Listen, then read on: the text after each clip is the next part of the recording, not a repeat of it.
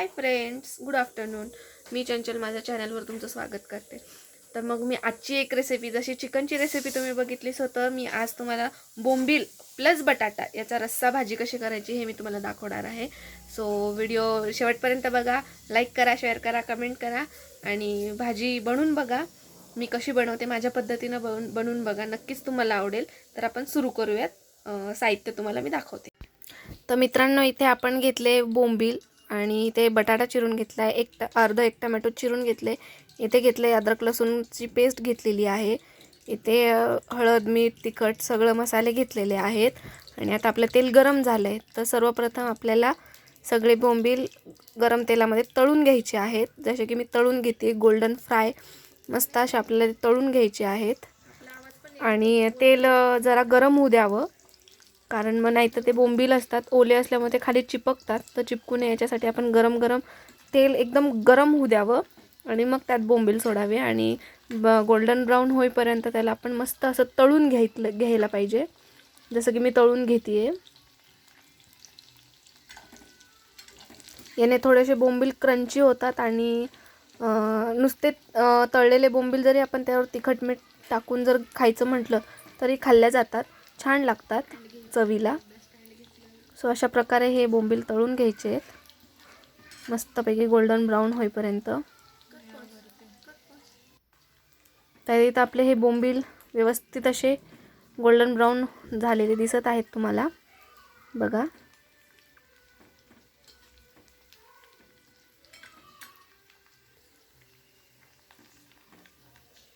आता हे बोंबील मी काढून घेते आहे, कारण ते गोल्डन ब्राऊन व्यवस्थित क्रंची असे झालेले आहेत. सो एका ताटलीत, वेगळ्या ताटलीत मी ते काढून घेते आहे. सो आता इथे आपण एक कढई घेतलेली आहे, त्याच्यामध्ये मी भाजी करणार आहे. थोडंसं तेल घेतलं आहे, मी त्याला तापवते आहे. सो सर्वप्रथम त्याच्यामध्ये मी टमॅटो शिजून घेणार आहे, कारण टमॅटो हे कच्चे राहतात आणि पूर्ण तेलामध्ये टोमॅटो विरघळून जाईपर्यंत आपल्याला त्याला मस्त शिजून घ्यायचं आहे. सगळा टमॅटो पूर्ण त्याची विरघळून जाईपर्यंत आपल्याला त्याला मस्त फ्राय करून घ्यायचं आहे आपल्याला मस्त टोमॅटोला. तर अशा प्रकारे मी आधी टोमॅटो टाकला आहे तेलामध्ये आणि तो टोमॅटो पूर्णपणे असा विरघळून जाईपर्यंत आपल्याला हलवून मस्त त्याला तळून घ्यायचं आहे किंवा शिजवून घ्यायचं आहे म्हणू शकतो आपण.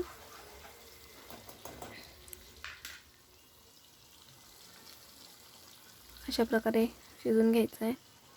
आपला टोमॅटो शिजून झालेला आहे. तर त्याच्यामध्ये मी अद्रक लसूण, कांदा, खोबऱ्याची जी पेस्ट टाकत आहे, वाटण ज्याला आपण म्हणतो.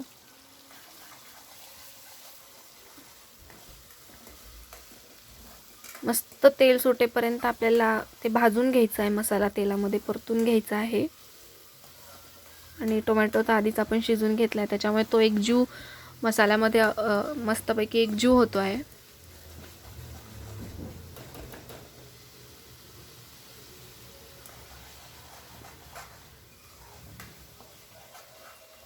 सो अशा प्रकारे मसाले झालेत आपले. इथे मी आता हळद टाकत आहे थोडीशी,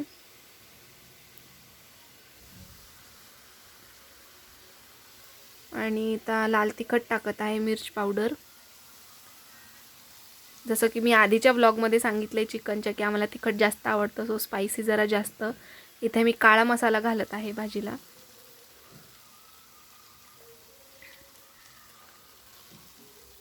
आणि आता याला परतून घ्यायचं आहे, अगदी तेल सुटेपर्यंत मस्त मसाल्याला असं परतून घ्यायचं आहे आपल्याला. मस्त घमघमाट वास आला पाहिजे मस्त मसाल्याचा, नाही तर मसाले कच्चे राहतात जर त्याला चांगलं तेल सुटेपर्यंत परतलं नाही तर मस्तपैकी त्याला परतून घ्यायचं आहे. या पद्धतीने जर तुम्ही बोंबीलची भाजी केली तर नक्कीच तुम्हाला आवडेल. सो आता याच्यामध्ये थोडासा घरचा मसाला घालते मी, जो आपण घरी गरम मसाला वाटतो तो वाला मसाला मी आता ॲड केला आहे. थोडं अजून तिखट टाकलं आहे मी त्याच्यात स्पायसी होण्यासाठी. सो सगळे मसाले वाटणामध्ये एकजीव झालेले आहेत.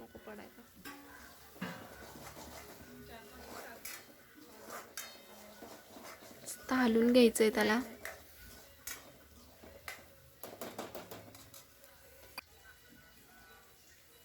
आता आपल्याला बटाटा घालायचा आहे. तेल मसाल्याला तेल सुटलं आहे, तुम्ही बघू शकताय. आणि आता त्यात मी बटाटा घातला आहे. कुठलीही भाजी करताना असं म्हणतात, माझे सासरे पण मला एक नेहमी सांगत असतात, कुठलीही भाजी करताना एखादा बटाटा जर त्याच्यात घातला तर अतिशय चांगली चव येते म्हणतात भाजीला. सो मी यात बटाटा घातला आहे. आणि आता म्हणजे तळलेले बोंबील आहेत ते सुद्धा त्या मसाल्यात परतून घेणार आहोत.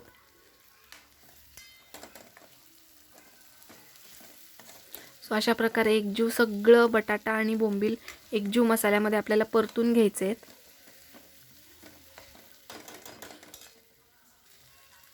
मसाल्याला तेल सुटलेलं आहे आपल्या भाजीला. सो मी त्याच्यामध्ये अर्धा ग्लास पाणी घातलं आहे आता. आणि आता त्याला हलवून घेते, मस्त एकजीव करते आहे.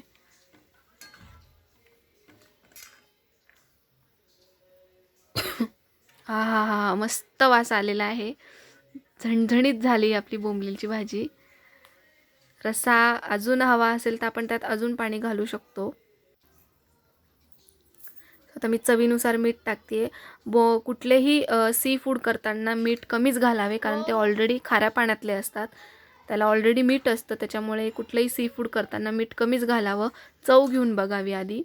जर खूपच कमी वाटलंच तर आपण मीठ त्यात घालावं, नाही तर कमी मिठामध्ये भाजी चांगली होते, कारण पदार्थ ऑलरेडी खाऱ्या पाण्यातला असतो त्याच्यामुळे. सो आपल्याला तर्री दिसतच असणार तुम्हाला. भाजीला मस्त तर्री आलेली आहे आणि मस्त मी कोथिंबीरनं त्याला आता गार्निश करत आहे. वासही अगदी घमघमाट सुटलेला आहे बोंबलाच्या भाजीचा. सो मस्त भरभरून अशी हिरवी कोथिंबीर, त्यात मस्त हिरवीगार कोथिंबीर मी त्याला गार्निश करते त्याला भाजीला. साईडला आपल्याला भातही झालेला दिसत आहे.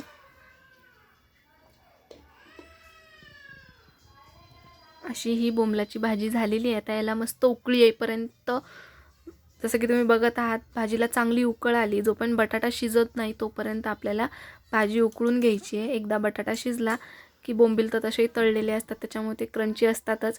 आणि भाजीत ते पाण्यात गेल्यावर ते नरम पडतात, शिजून जातात व्यवस्थित पद्धतीने. सो बारीक गॅसवरती आपल्याला भाजी चांगली आटवायची आहे, एक 10 ते 15 मिनटं. इथे आपली भाजी झालेली आहे, मस्त तर्रीस आली आहे, मस्त वास सुटला आहे. अशा प्रकारे बोंबल्याची भाजी झालेली आहे. तर मित्रांनो, तुम्ही बोंबीलची भाजी बघितलेलीच आहे. तर घरी सगळ्यांची जेवणं झालीत, आमची जेवणं झालेली आहेत.